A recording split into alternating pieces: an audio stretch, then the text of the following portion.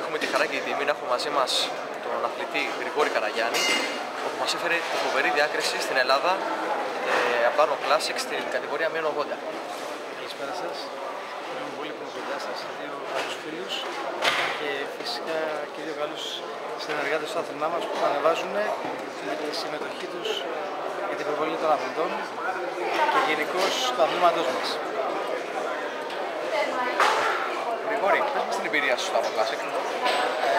Ήταν πραγματικά ένας πολύ μεγάλος αγώνας με το επίπεδο των αθλητών πάρα πολύ ψηλό.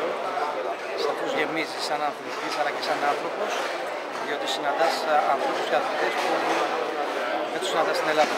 Γρηγόρη, να σου πω, ένιωσες να γεμίζεις πιο πολύ σαν άνθρωπος και σαν αθλητής από τη συμμετοχή σου στον αγώνα ή από αυτά που είδες στον τριγύρο, στην έκθεση, τους ανθρώπους που γνώρισες εκτός σκηνής δηλαδή? Η εμπειρία κατά τη διάρκεια της εκθέσεως είναι πραγματικά πολύ μεγάλη.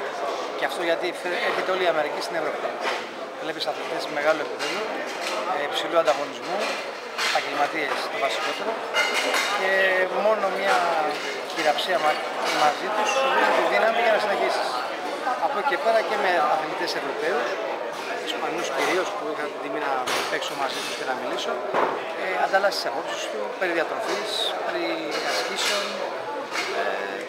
Γενικά έχεις μια πολύ καλή εναλλαγή απόψεων μεταξύ ανθρώπων και αθλητών. Γιατί πάρα πολύ είμαστε άνθρωποι να περνάμε ωραία, να κάνουμε σαν εμπειρία ζωής, για να το διηγούμαστε αργότερα στα παιδιά μας και στα εγγόνια μας, γιατί εγώ είναι η παιδιά.